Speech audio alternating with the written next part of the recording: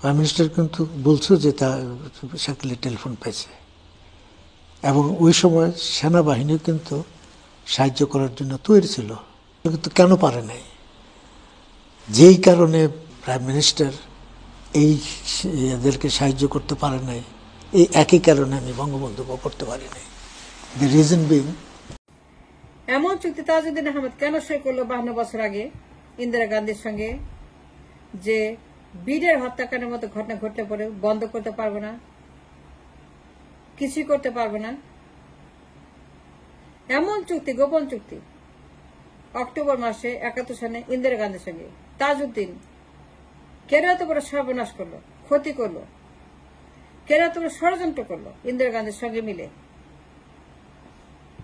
যে বিডিআরের মতো হত্যাকাণ্ড বন্ধ করতে পারবো না, কিছুই করতে পারবো না, ঢুকতে পারবো না, গুলি করতে পারবো না, থামাইতে পারবো না, গ্রেপ্তার করতে পারবো না, আক্রমণ করতে পারবো না, বন্দী করতে পারবো না, বন্ধ করতে পারবো না, হত্যাকাণ্ড কিছুই করতে পারবো না। বিডিআরের মতো ঘটনা আমরা মুভ করতে পারবো না, সৈন্য অস্ত্র কিছুই করতে পারবো না। নীরব দর্শক।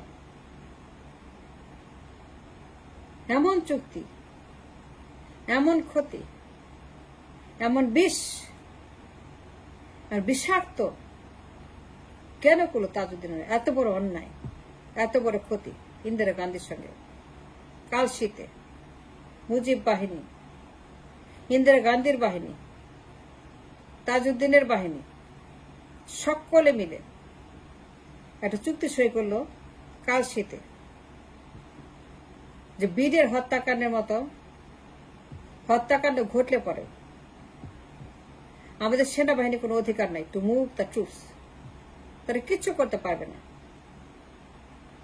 57 অফিসার মরবে, তাদেরকে মরতেই হবে। কিন্তু যারা হত্যা করছে, যারা খুনি, যারা ভেতরে ঢুকে ঠান্ডা মাথায় গণহত্যা করছে, সেনাবাহিনী তো হত্যা করছে। আমাদের সেনাবাহিনী, আমাদের সেনাপতি, আমাদের মইন বাইরে দাঁড়িয়ে নাটক দেখবে, তামাশা দেখবে, হত্যাকাণ্ড দেখবে, দাঁড়িয়ে থাকবে, কিন্তু মুভ করার ক্ষমতা নাই, পারমিশন নাই, সে অনুমতি তার নাই, সে মুভ করতে পারবে না, সে থামাতে পারবে না, সে ভিতরে ঢুকতে পারবে না। সেনাপতি মইন সকালবেলায় অস্ত্র সৈন্য নিয়ে হাজির, ready to go, ready to move on, ready to stop the BDR massacre. Live হচ্ছে, খবর হচ্ছে, সারা দুনিয়ার লোক দেখছে বীরের হত্যাকাণ্ড লাইভ। এত বড় ইভেন্টস, এত বড় হত্যাকাণ্ড, 57 সেনা অফিসার, এ সোজা কথা? এর ইয়ার কি ফাজলামি, তামাশা? এটা ফাজলামি? 57 অফিসার মারা যাচ্ছে, খুনিদেরকে দেখা যাচ্ছে গেরুয়া টারবাইন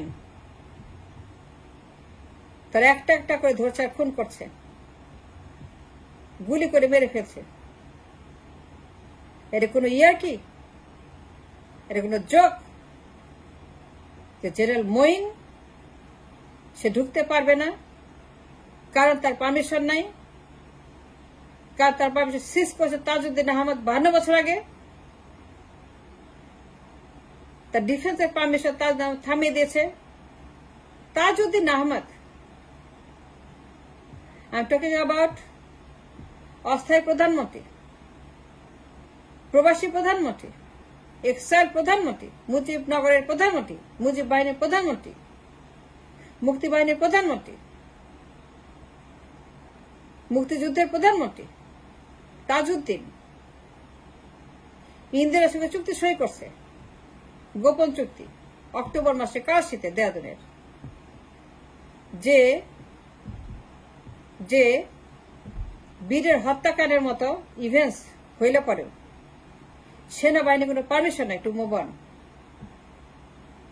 তা যুদ্ধ করতে পারবে না, তা তা ডিফেন্ড করতে পারবে না, গুলি করতে পারবে না, ঢুকতে পারবে না, গ্রেপ্তার করতে পারবে না, বন্ধ করতে পারবে না, বন্দি করতে পারবে না, থামাইতে পারবে না, ধরতে পারবে না, আক্রমণ করতে পারবে না, গুলি ছুটতে পারবে না, বন্দুকের ব্যবহার করতে পারবে, ট্যাঙ্ক কামান্ডের ব্যবহার করতে পারবে না, অস্ত্রের ব্যবহার নিষিদ্ধ, ট্রুপসের ব্যবহার নিষিদ্ধ, ট্রুপস মুভমেন্ট নিষিদ্ধ। এর কি যোগ? তাজউদ্দিনের কারণে এই চুক্তি এখনো ভ্যালিড। বাজে কথা যে বাতিল হয়েছে, এটা বাতিল হয় নাই, এটা বাতিল হবেও না, কিয়ামত পর্যন্ত এই চুক্তি থাকবে। বিডের হত্যাকাণ্ড বন্ধ করার মতো পারমিশন মইনের ছিল না, ফোনে তাকে মানা করছে, তারে বলছে ফোনে ওই পার থেকে, প্রণব মুখার্জির পার থেকে, প্রণব মুখার্জি বলছে ফোনে, বলছে খবরদার হুঁশিয়ার, তাদের জেনারেলরা বলছে হুঁশিয়ার, ইন্ডিয়ার জেনারেল, ইন্ডিয়ার আর্মির সেনাপতি বলছে মইনকে খবরদার, তুই ব্যারাকে ফিরে যাও, ক্যান্টনমেন্টে যাও, খবরদার ভিতরে ঢুকবা না, একজনকে বাঁচাবা না, সবগুলাকে মরতে হবে, তুমি চলে যাও এখান থেকে ট্রুপস নিয়ে। তার পারমিশন ছিল না তাজউদ্দিনের কারণে। তাজউদ্দিন যে চুক্তি সই করছে ওই চুক্তিতে ছিল সেনাবাহিনীর movement without their permission is banned, তাদের পারমিশন লাগবে। মইন পারমিশন পায় নাই, ফোনে তাকে পারমিশন দেয় নাই। ইন্ডিয়ার সেনাপতি বলছে খবরদার হুঁশিয়ার, সাবধান, একজনকেও বাঁচাবে না, সবগুলা মরবে, 57 জনই মরবে। এজন্য দায়ী তাজউদ্দিন আহমেদের মতো দেশদ্রোহীরা,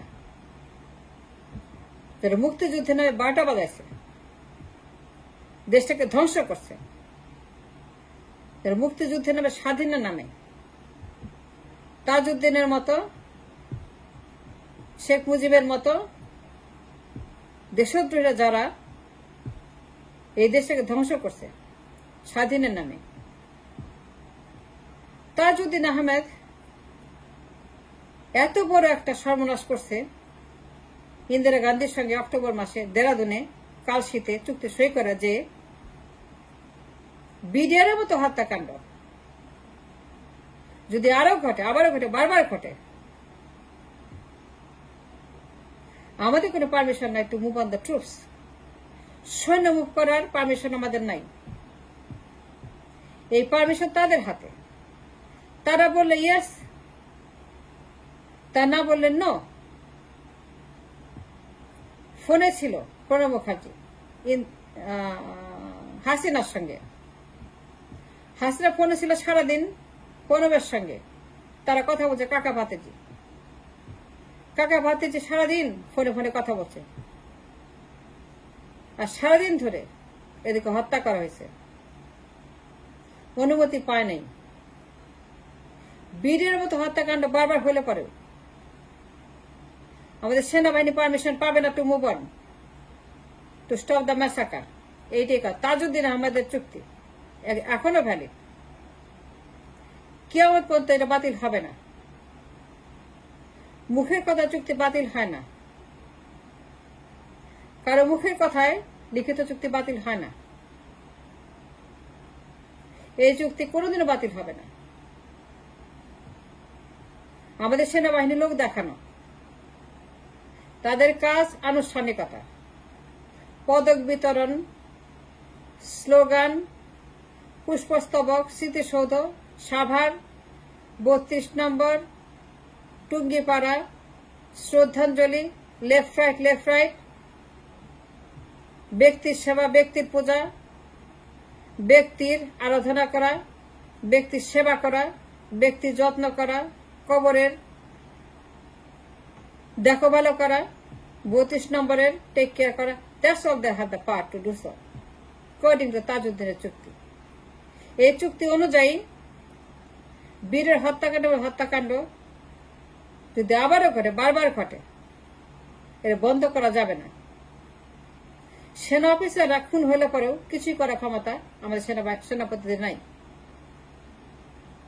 এই চুক্তি অনুযায়ী দেশ চলছে এবং এই চুক্তিতেই সেনাপতি নিয়োগ, প্রধান বিচারপতি নিয়োগ, প্রধানমন্ত্রী নিয়োগ, তাদের নিয়োগপত্র আসে এই চুক্তিতেই।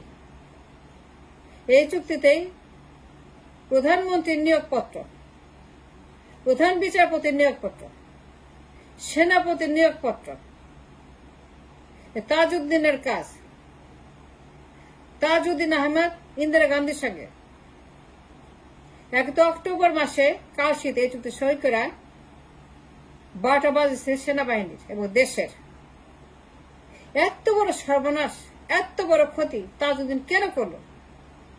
It's a question that I have after 52 years.